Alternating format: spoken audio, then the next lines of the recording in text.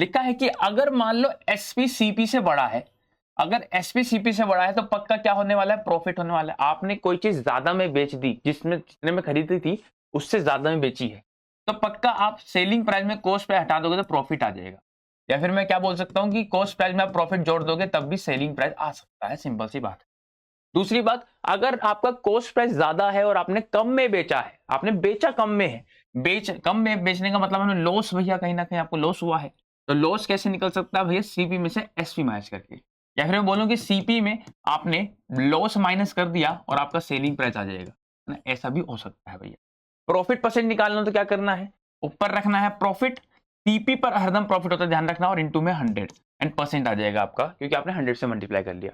Loss percent के लिए ऊपर से सिंपल है, लॉस सीपी पर लॉस होता है, प्रॉफिट भी सीपी पर ही होता है, तो बेस तो भाई सीपी ही रहेगा आपका।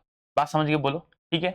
दूसरी बात, एसपी निकालने का एक और तरीका क्या है कि आप कॉस्ट प्राइस में क्या करो भाई, जितने का प्रॉफिट हो रहा है उसे 100 से जोड़ लो।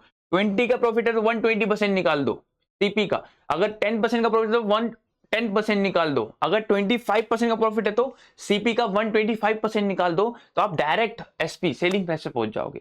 इसी तरह मान लो अगर लॉस मुझे दे रखा होता तो मतलब 10% का लॉस है, तो मैं कहा भाई क्या करूंगा, मैं 90% निकाल लूंगा ना कॉस्ट प्राइस का, तो यहाँ पे 90% मतलब 100 माइनस 10 करके 90% निकालूंगा, तो इसका मतलब 90% जो होगा उसका सेलिंग प्राइस होगा।